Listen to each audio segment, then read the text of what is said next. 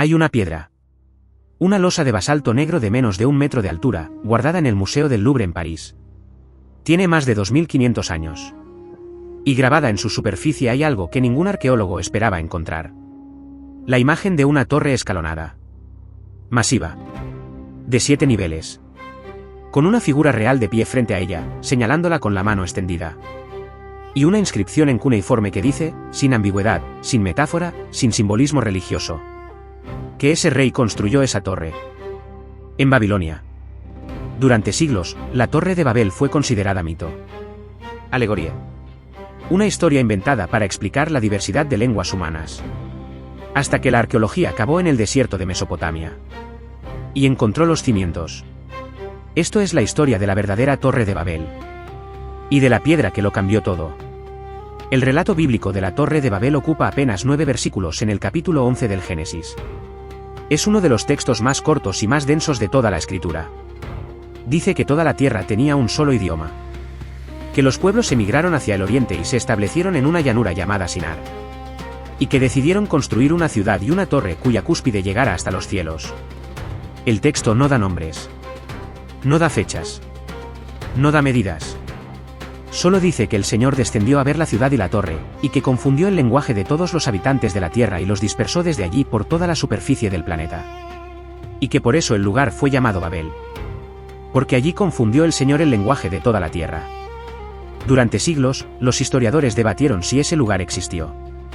Hasta que un filólogo alemán llamado Georg Friedrich Grotefen descifró por primera vez la escritura cuneiforme en 1802. Y las tablillas de arcilla de Mesopotamia comenzaron a hablar. La llanura de Sinar que menciona el Génesis es Mesopotamia. La tierra entre los ríos. Entre el Tigris y el Éufrates. Lo que hoy es Irak. Y en el corazón de esa llanura, a 90 kilómetros al sur del actual Bagdad, existió durante más de 2 milenios la ciudad más grande y más poderosa del mundo antiguo. Babilonia. Los primeros exploradores europeos que llegaron al sitio en el siglo XIX encontraron colinas de tierra y escombros. Montículos de barro cocido y adobe desmoronado que se extendían por kilómetros. Pero cuando los arqueólogos alemanes liderados por Robert Koldewey comenzaron a excavar en 1899, encontraron algo que dejó atónita a la comunidad académica. Encontraron una ciudad. Con murallas de 15 metros de espesor. Con la puerta de Istar revestida de azulejos esmaltados en azul lapislázuli con dragones y toros en relieve dorado. Con el camino de la procesión empedrado con piedra caliza blanca y brecha roja. Con palacios y templos y canales y jardines. Y en el centro de todo, una plataforma masiva de ladrillo cocido. Rectangular. De 90 metros por 90 metros en su base. Con los restos de lo que había sido una estructura escalonada de varios niveles. Los babilonios la llamaban Etemenanki. En sumerio significa la casa de la fundación del cielo y la tierra. Etemenanki no era una construcción desconocida para los propios babilonios. Aparece mencionada en decenas de tablillas cuneiformes. En registros administrativos. En textos religiosos. En crónicas reales. El historiador griego Heródoto la visitó en el siglo V a.C. y la describió con asombro. Dijo que era una torre sólida de un estadio de longitud y anchura.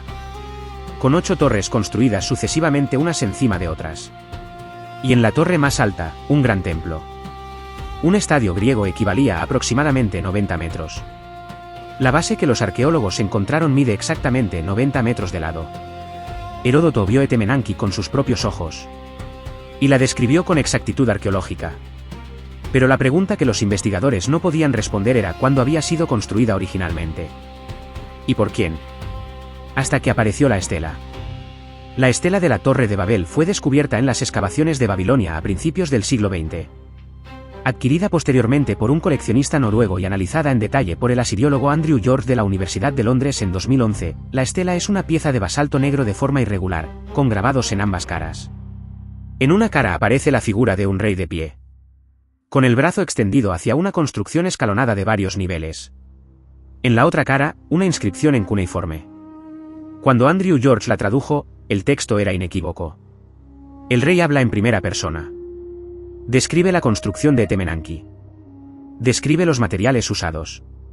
Describe cómo convocó a trabajadores de todos los rincones del imperio para levantar la estructura. Y ese rey tiene nombre. Nabucodonosor II. El mismo rey babilónico que aparece en el libro de Daniel. El mismo que destruyó Jerusalén en el año 586 a.C. El mismo que llevó a los israelitas al cautiverio en Babilonia.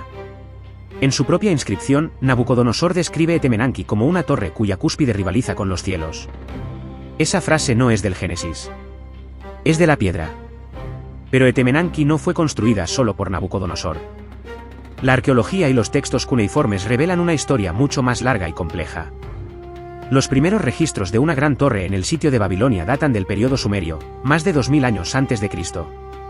El rey asirio Senaquerib la destruyó en el año 689 a.C. como acto de venganza contra Babilonia. Fue reconstruida por Nabopolassar, el padre de Nabucodonosor, y completada o ampliada por el propio Nabucodonosor. Lo que la estela registra es la reconstrucción y culminación de una estructura que tenía raíces mucho más antiguas. Una estructura que diferentes civilizaciones mesopotámicas habían levantado, destruido, reconstruido y ampliado durante más de 1000 años. El astrónomo y escritor babilónico del siglo VI a.C., conocido como el autor del Esagila Tablet, describe Etemenanki con medidas precisas. Base de 90 metros por 90 metros. 7 niveles. Altura total de 90 metros. Un cubo perfecto. Con un templo en la cima dedicado al dios Marduk, el dios principal del panteón babilónico. ¿Pero cuál es la relación entre Etemenanki y el relato del Génesis? ¿Está la Biblia describiendo la misma estructura? Los académicos debaten esto con intensidad. Hay dos posiciones principales.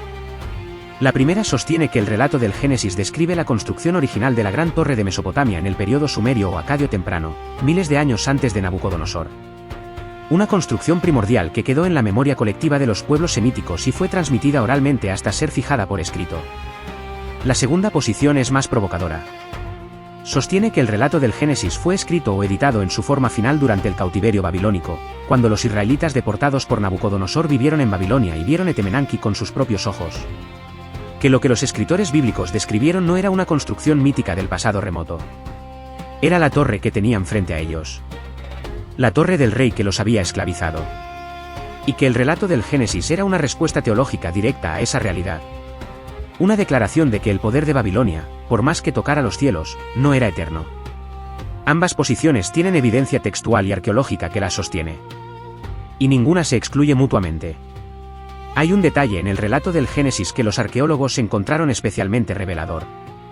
El texto dice que los constructores usaron ladrillo en lugar de piedra, y asfalto natural en lugar de argamasa. Esa descripción técnica es precisa. Mesopotamia no tiene canteras de piedra. No tiene piedra natural en cantidad suficiente para construir. Lo que tiene es arcilla. Y los babilonios fueron los maestros absolutos de la construcción en ladrillo de adobe y ladrillo cocido. Etemenanki fue construida exactamente así. Con millones de ladrillos de arcilla. Unidos con betún natural, el asfalto que brotaba naturalmente del suelo mesopotámico. Esa descripción técnica no es una invención literaria. Es un dato de ingeniería verificable arqueológicamente. Un escritor que inventara una torre mítica no incluiría ese detalle específico. Pero alguien que hubiera visto la construcción, o que hubiera recibido la descripción de alguien que la vio, sí lo incluiría. En 1917, el arqueólogo alemán Robert Koldewey completó su monumental excavación de Babilonia y publicó sus conclusiones sobre Etemenanki. Había encontrado la plataforma base, los canales de drenaje, los ladrillos con el sello personal de Nabucodonosor estampado en ellos. Había encontrado también los registros administrativos que documentaban la logística de la construcción. Miles de trabajadores. De todas las regiones del imperio. Hablando lenguas diferentes. Coordinados por supervisores que traducían las órdenes. Una fuerza laboral multilingüe, multinacional, concentrada en un solo punto del mapa, construyendo la estructura más alta de su mundo conocido. El paralelo con el relato bíblico es tan directo que resulta difícil atribuirlo a coincidencia. Y en 2011, cuando Andrew George publicó su análisis completo de la estela de la Torre de Babel, añadió un elemento final que cerró el círculo. En la inscripción, Nabucodonosor describe cómo convocó a pueblos de lenguas lejanas y los puso a trabajar en la construcción. Pueblos de lenguas lejanas. Reunidos en Babilonia. Para construir una torre cuya cúspide rivaliza con los cielos. ¿Qué queda hoy de Etemenanki? Muy poco. Los cimientos. La plataforma base. Algunos muros de ladrillo erosionados. Alejandro Magno llegó a Babilonia en el año 323 a.C. y encontró la torre en ruinas. Planeó reconstruirla. Murió antes de poder hacerlo. Los siglos siguientes fueron implacables.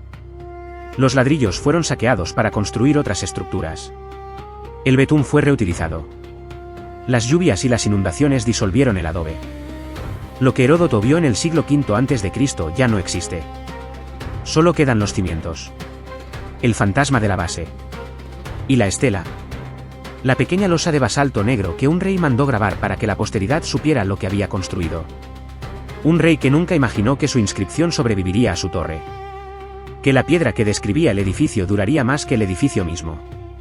Que siglos después, en un museo en París, arqueólogos del siglo XXI leerían sus palabras y reconocerían en ellas el eco de una historia mucho más antigua.